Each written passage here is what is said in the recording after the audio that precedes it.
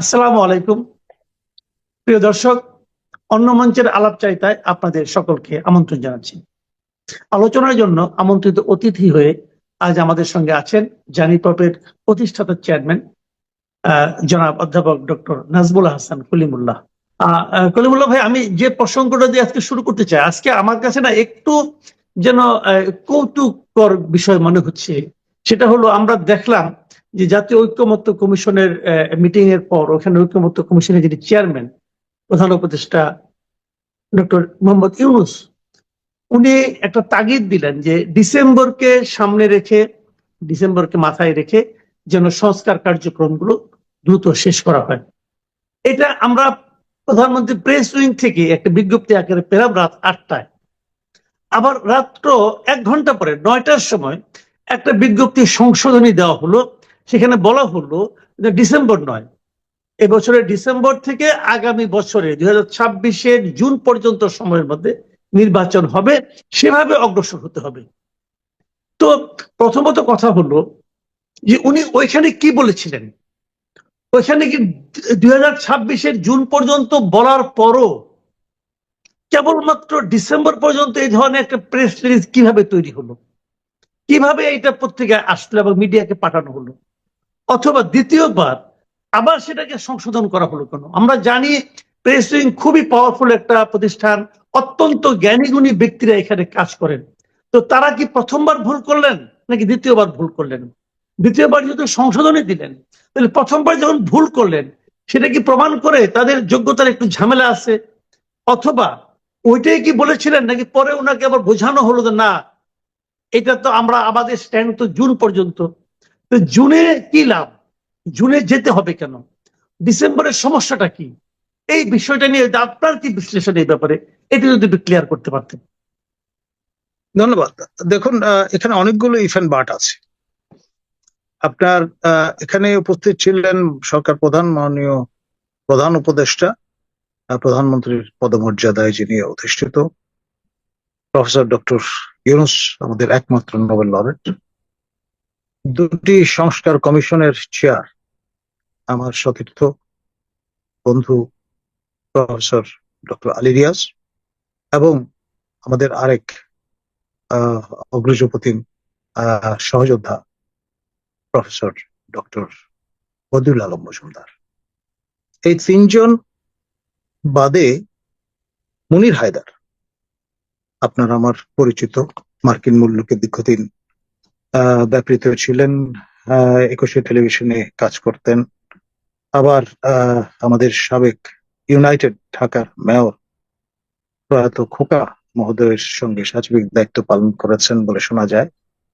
এই ব্যক্তি সম্প্রতি আপনার সচিবের মর্যাদায় বিশেষ সহকারী হিসেবে মাননীয় প্রধান উপদেষ্টার দপ্তরে মোতায়েন হয়েছেন, চিফ অ্যাডভাইজার্স অফিসে, এবং তিনি সেখানে উপস্থিত ছিলেন। এখন একটা হতে পারে শফিক মহোদয়, তিনিও সাংবাদিক, মুনির হায়দারও সাংবাদিক। এক ঘরে তো দুই পীর থাকতে পারেন, এক ঘর মে দো পীর নেই রহেগা। যে কারণে হযরত শাহজালাল রহমতুল্লাহ আলাইহি তার ভাগ্নে হযরত শাহ পরানকে আলাদা করে দিয়েছিলেন, পাঠিয়ে দিয়েছিলেন এই আম্বরখানা থেকে সুদূর সেই মোরারি চাঁদ কলেজের প্রান্তে অবস্থিত খাদিম নগরী। এখন হতে পারে মুনির হায়দার একরকম ভাবে বিষয়টাকে চিন্তা করেছেন, ভার্বাটিম মানে কথায় যা পেয়েছেন তিনি তাই হয়তো রাপোর্টিয়ার হিসেবে লিপিবদ্ধ করেছেন। পরবর্তীতে শফিক মহোদয়ের দৃষ্টিগোচর হওয়ায় তিনি চিন্তা করলেন, বন্দুক থেকে গুলিটা যেহেতু বেরিয়ে গেছে, এটা লক্ষ্য ভেদ করবার আগেই আটকে ফেলা ভালো। সেই জন্যই ব্যাখ্যাটি হয়তো দেয়া হয়েছে। লক্ষ্য ভেদ করার আগে কি আটকে ফেলা গেল? এক ধরনের ব্যাখ্যা, এক ধরনের থুকু কোট আনকোট বলার সুযোগ তো তারা নিলেন। সর্বশেষ যে বয়ানটি সেটাই মানুষ প্রামাণিক হিসাবে গ্রহণ করবে। প্রথমে যেটি ভুলবশত বলা হয়েছে, কারণ এই স্টাইলটা এই সরকারের অন্যতম বৈশিষ্ট্য। আপনি খেয়াল করে দেখেন, এটা তো গেল একটা প্রেস বিজ্ঞপ্তির বিষয়। এর আগে জাতির উদ্দেশ্যে ভাষণে আমাদের মাননীয় প্রধান উপদেষ্টা জাতিকে জানান দিয়েছিলেন যে সংবিধান এই সংস্কার কমিটির চেয়ার হিসেবে তিনি যার নাম ঘোষণা করেছিলেন, স্বাধীন মালিক, পরবর্তীতে কি প্রক্রিয়ায় কেন কোত্থেকে মার্কিন আমার বন্ধু ইলিনয় প্রফেসর আলী রিয়াজ এসে এখানে মোতায়েন হলেন, এটা নিয়ে নানান রকমের আলোচনা সমালোচনা আছে। যেহেতু আমার বন্ধু, সেই জন্য আমি এই বিষয়ে এ পর্যন্ত কোনো সমালোচনা করিনি। কিন্তু যারা সমালোচক তাদের যদি কোট করি, তারা বলবার চেষ্টা করছেন যে তিনি মার্কিন নাগরিক, প্রথমত। দ্বিতীয়ত যেটি বলবার চেষ্টা করছেন সেটি হচ্ছে তিনি গণযোগাযোগ সাংবাদিকতা বিভাগের শিক্ষক ছিলেন। তিনি যে শৃঙ্খলায় পড়াশোনা করেছেন সতীর্থ হিসেবে আমাদের ঢাকা বিশ্ববিদ্যালয়, তার সম্মান শ্রেণীর পড়াশোনার বিষয়, তারপরে তার মাস্টার্স শ্রেণীর পড়াশোনার বিষয় সবই কিন্তু গণযোগাযোগ সাংবাদিকতা। তিনি সংবিধান বিশেষজ্ঞ নন, এইরকম একটি ইনফ্লুয়েন্স কিন্তু অনেকে ড্র করে বসেছেন।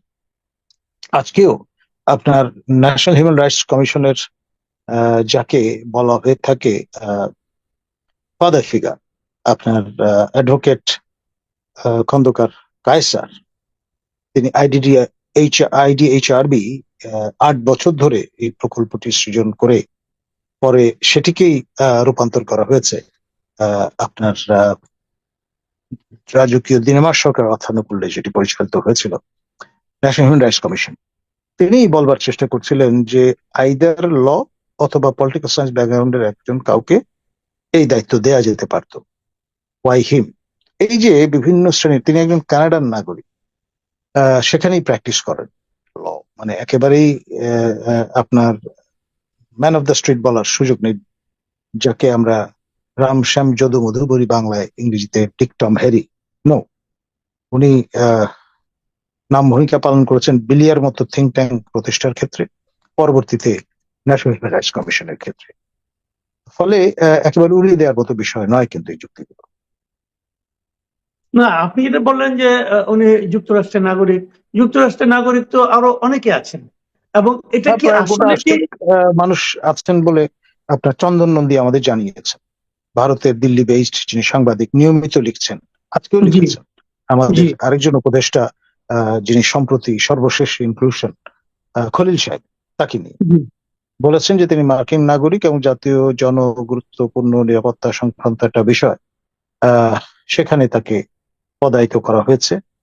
যিনি ছিলেন হাই রিপ্রেজেন্টেটিভ, রোহিঙ্গা বিষয়ে মানে ব্রেক থ্রু নিয়ে আসবেন এই বিবেচনায় তাকে সেখানে পদায়িত করার পরে সম্প্রতি আমারই কমান্ডেন্ট লেফটেন্যান্ট জেনারেল অবসরপ্রাপ্ত হাফিজ, যিনি ফোর্সেস কমান্ডার হিসেবে কোট দে ওয়াতে কাজ করেছেন, এবং তিনি আবার আমার তত্ত্বাবধানে ন্যাশনাল ডিফেন্স কলেজে আপনার আইআরপি যে পেপার পার্শিয়াল ফুলফিলমেন্ট হিসেবে প্রণয়ন করতে হয়, সেই ক্ষেত্রে তার সঙ্গে আমি যুক্ত ছিলাম। তো ফলে তিনি একজন 3 স্টার অবসরপ্রাপ্ত জেনারেল, কোট দে ওয়াতে ফোর্সেস কমান্ডার হিসেবে কাজ করেছেন এবং চমৎকার ফ্রেঞ্চ বলেন। এই ভদ্রলোককে প্রতিমন্ত্রীর মর্যাদায় সংস্থাপিত করে, যিনি বন্দুক চালাতে পারেন, যিনি আপনার একেবারে out and out professional soldier, সেই ভদ্রলোককে তার সাবসার্ভিয়েন্ট করে দেয়া, এটা কতটা বিজ্ঞ জনচিত কাজ হয়েছে এটা নিয়ে অবসরপ্রাপ্ত সামরিক কর্মকর্তাদের অনেকেই নানান রকমের মন্তব্য করছেন আমার কাছে। সেই জন্যই আমি মনে করি যে বিষয়গুলো নিয়ে আসলে সিদ্ধান্তটা কে প্রদান করে, এবং আপনার এখন যদি উইথ ডিউ রেসপেক্ট আমাদের লেফটেন্যান্ট জেনারেল অবসরপ্রাপ্ত হাফিজ যদি দায়িত্ব ছেড়ে দেন, তখন ব্যাপারটা কি দাঁড়াবে? না, সিদ্ধান্তটা কে প্রদান করেন এটার চেয়ে ইম্পর্টেন্ট হলো সিদ্ধান্তটা যেটা হলো, সিদ্ধান্তটা ভালো হলো কিনা। আমার প্রশ্ন হলো, মিস্টার খলিলুর রহমান উনি তো মার্কিন পাসপোর্টধারী একজন ব্যক্তি, আমেরিকান পাসপোর্টধারী একজন ব্যক্তি। ওনাকে যদি আপনি জাতীয় নিরাপত্তা অ্যাডভাইজার উপদেষ্টা বানান, যেটা নাকি ইন্ডিয়াতে আছে অজিত দোভাল, ভাবেন একবার, তো সেরকম পদে বসান, জাতীয় নিরাপত্তা, যেটা কি অন্য দেশের নাগরিক, কিন্তু আবার তাকে যদি আপনি প্রতিরক্ষা মন্ত্রণালয়ের উপদেষ্টা বানাই দেন, তাহলে প্রতিরক্ষা মন্ত্রণালয় তো এটা খুবই সেন্সিটিভ জায়গা। আমার দেশের প্রতিরক্ষার অনেক গোপনীয় বিষয় আছে, সেখানে যদি আমি একজন বিদেশি নাগরিকের অবাধ প্রবেশাধিকার রাখি, তাহলে এই কাজটা কি আমাদের জাতীয় নিরাপত্তার জন্য হুমকির কারণ হতে পারে না?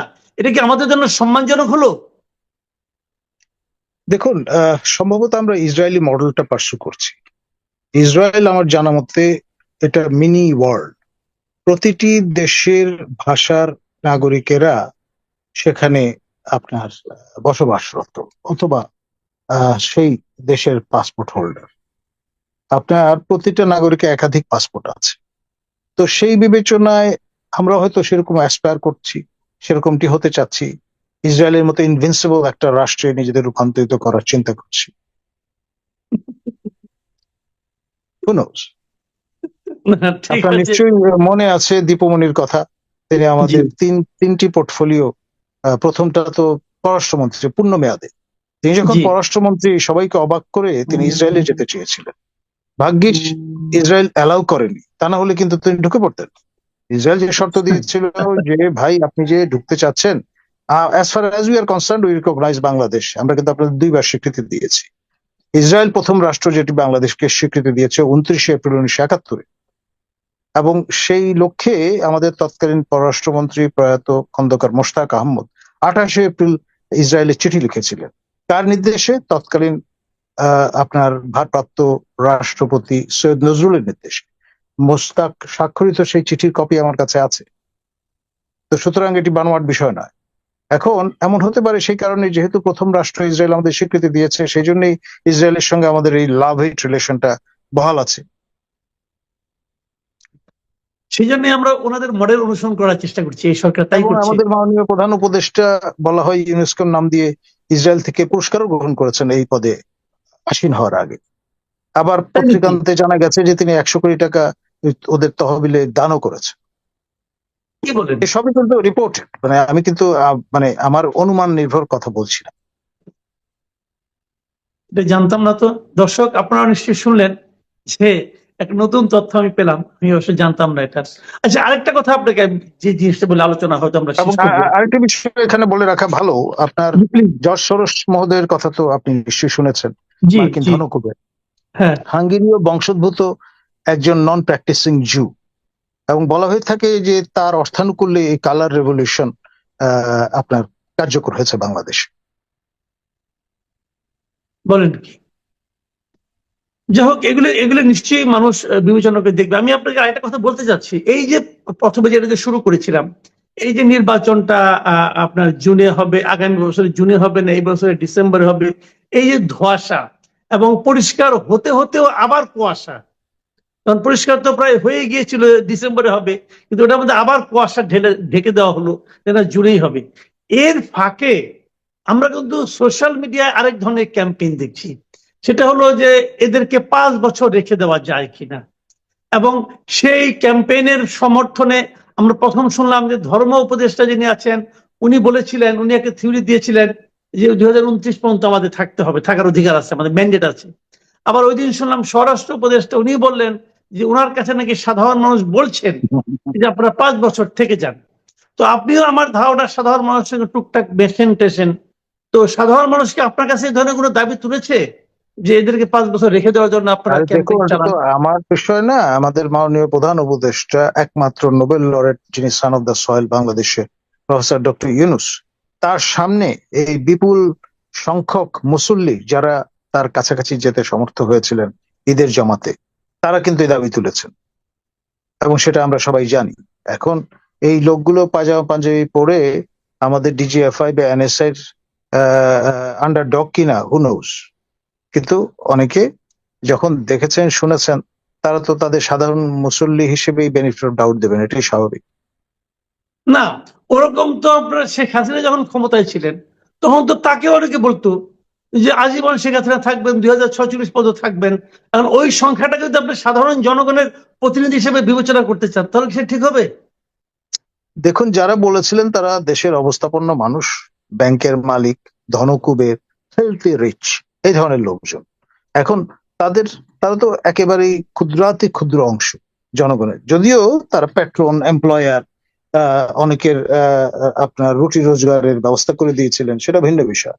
কিন্তু কোন অবস্থায় তাদের সাধারণ মুসল্লিদের সঙ্গে তুলনা করা যাবে না। না, তা যাবে না, কিন্তু তারাও তো এক ধরনের মানুষ, তারাও তো একটা ভোট দেয়।